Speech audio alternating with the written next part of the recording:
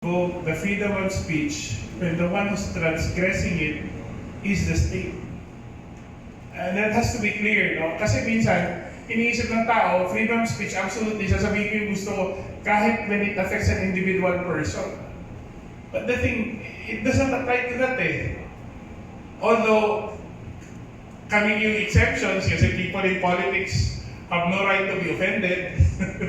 So, nakikita natin yung mas lumalalim ang kaalaman natin, di ba?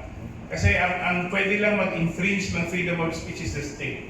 Pero, syempre, pag in dalawa ng kayo na pareho private persons, then you cannot invoke the freedom of speech because the other person has also his right to be protected from whatever adverse information about him or about her reputation. So, I think that doon tayo papunta, yung regulatory part, which is rather tricky to be honest. Kasi with all the legal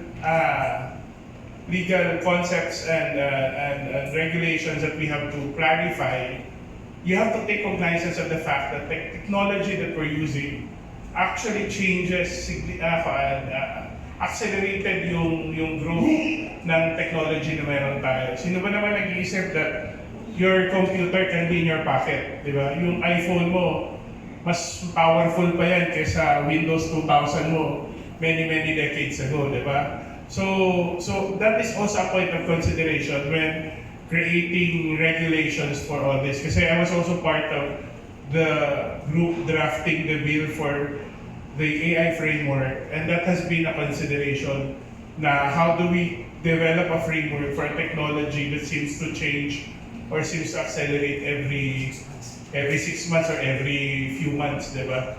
Kasi like for example, I don't know if nakita nyo na, meron yung technology even in social media na pwede na silang hindi na tao yan eh, bots na yan